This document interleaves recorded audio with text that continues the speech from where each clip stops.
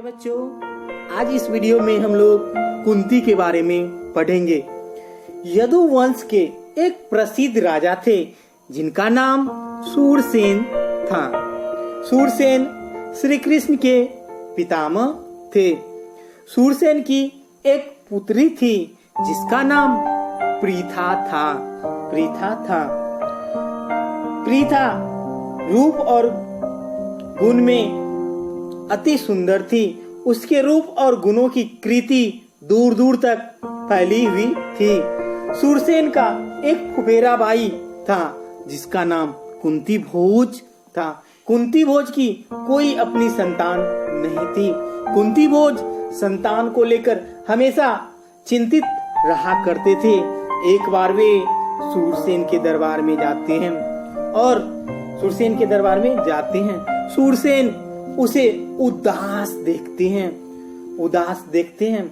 जब सूरसेन उसे उदास देखते हैं तो उनसे पूछते हैं कि तुम इतने चिंतित क्यों हो। तब सूरसेन से कुंती भोज कहते हैं, मेरी कोई अपनी संतान नहीं है, संतान को लेकर मैं चिंतित हूँ। तब सूरसेन उन्हें आश्वासन देते हुए कहते हैं, बस इतनी सी बात, मेरी जो पहली संतान होगी मैं तुम्हें गोद दे दूंगा। जब राजकुमारी प्रीथा का जन्म होता है तो अपने वचन के मुताबिक कुंती भोज को सूरसेन अपनी पुत्री गोद में दे देते हैं। उसी के अनुसार सूरसेन ने कुंती भोज को प्रीथा गोद दे दी।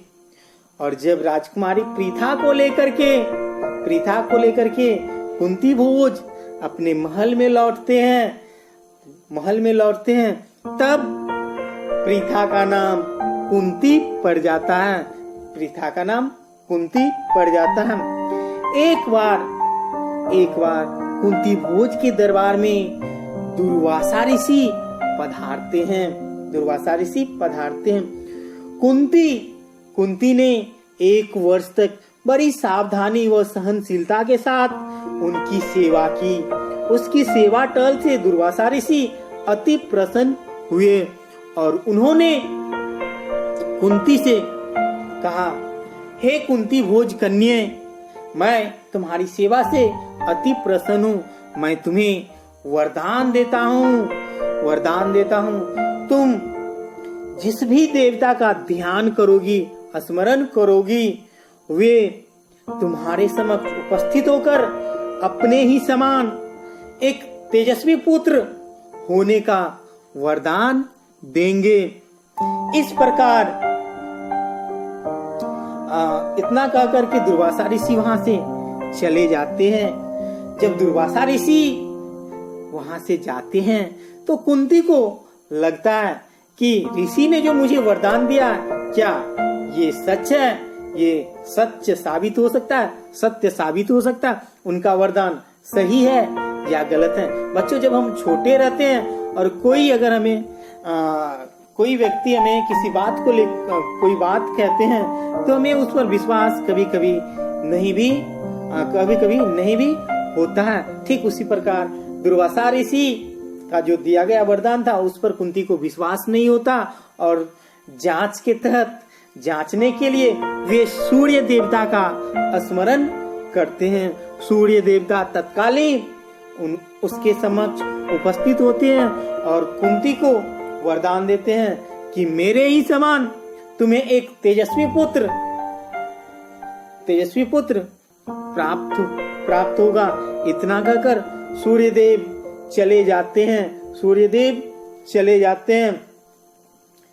कुछ दिनों के पश्चात कुंती की कोख से जन्मजात कवच और कुंडलों से सुशोभित एक तेजस्वी पुत्र का जन्म होता है।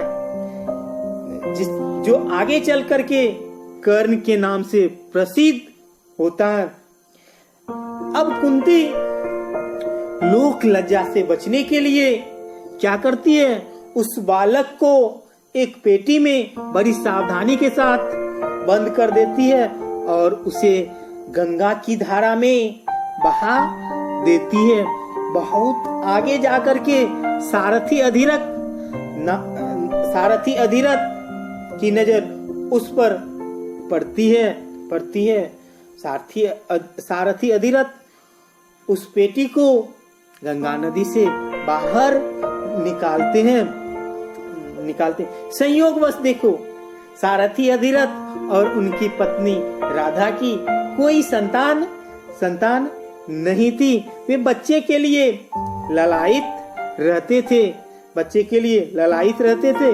उस बालक को पाकर वह बड़ा प्रसन्न हुआ। सूर्यपुत्र कर्ण इस तरह एक सारथी के घर पलने लगा। जब कुंती विवाह के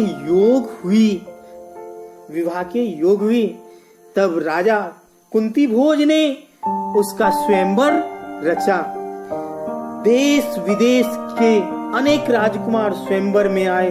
हस्तिनापुर के राजा पांडु भी स्वयंवर में शरीक हुए, भाग लिए। कुंती ने उन्हीं के गले में वरमाला डाल दी। महाराज पांडु की कुंती से शादी हो गई और वह कुंती सहित हस्तिनापुर लौट आए। उन दिनों राजवंशों में एक से अधिक विवाह करने की प्रथा प्रचलित थी। इसी रिवाज के अनुसार पितामह भीष्म की सलाह से महाराज पांडु ने मद्र देश की राजकुमारी माद्री से विवाह कर लिया। एक दिन महाराज पांडु वन में शिकार खेलने गए। बच्चों, हम लोग जानते हैं कि राजा महाराजा हुआ करते थे, वे वन में शिकार के लिए जाते थे। एक दिन पांडु वन में शिकार खेलने गए। वहीं जंगल में हिरण के रूप में एक ऋषि दंपति विहार कर रहे थे। ऋषि दंपति कहने का मतलब पति पत्नी विहार कर रहे थे। पांडु ने अपने तीर से उस ऋषि दंपति को हिरण समझकर मार गिराया। उनको यह पता नहीं था कि ये ऋषि दंपति है। ऋषि ने मरते मरते पांडु को शाप दिया। ऋषि ने उन्हें शापित करते हुए कहा, जिस प्रकार मैं अपनी पत्नी के साथ था और तुमने मुझे मारा है, ठीक उसी प्रकार जब तुम अपनी पत्नी के साथ रहोगे तो तुम्हारी मृत्यु तत्कालीन हो जाएगी।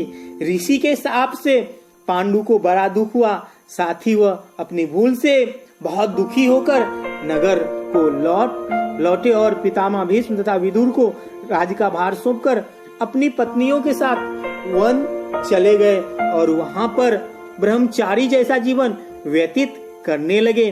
कुंती ने देखा कि महाराज को संतान लालसा तो है, लेकिन ऋषि के शापवश वह संतानोत्पत्ति में नहीं कर सकते। अतः उसने विवाह से पूर्व दुर्वासा ऋषि से पाए वरदानों का पांडु से जिक्र किया। उनके अनुरोध से कुंती और माद्री ने देवताओं के अनुग्रह से 5 पांडवों को जन्म दिया। कुंती के 3 पुत्र हुए, युधिष्ठिर, भीम और अर्जुन, और माद्री से नकुल और सहदेव का जन्म हुआ। वन में ही 5 का जन्म हुआ और वहीं तपस्वियों के संग वे पलने लगे। अपनी दोनों स्त्रियों तथा बेटों के साथ महाराज पांडु कई बरस वन में रहे। वसंत ऋतु का समय था। सारा वन आनंद में डूबा हुआ सा प्रतीत हो रहा था। महाराज पांडु माद्री के साथ प्रकृति की इस उद्गारमय सुषमा को निहार रहे थे। ऋषि के शाप का असर हो गया। उस मनमोहक मौसम में पांडु अपने आप को संभाल नहीं पाते हैं और वे माद्री के पास पहुंचते हैं और ऋषि का शाप झूठा साबित नहीं होता। झूठा साबित नहीं होता। ऋषि के शाप का असर हो जाता है, तत्काल ही उनकी मृत्यु हो जाती है। माद्री का दुख का पार न रहा। माद्री मन ही मन सोचने लगी, मेरी वजह से महाराज की मृत्यु हुई है।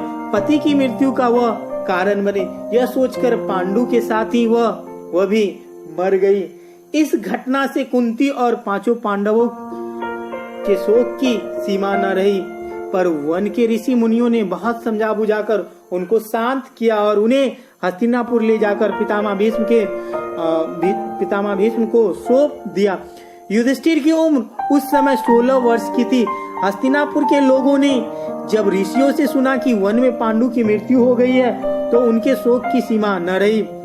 पोते की मृत्यु पर शोक करती हुई सत्यवती अपनी दोनों विधवा पुत्र वधुओं अंबिका और अंबालिका को साथ लेकर वन चली गई।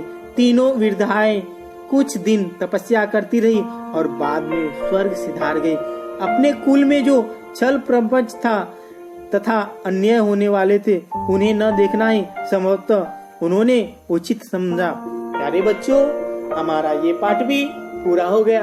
धन्यवाद।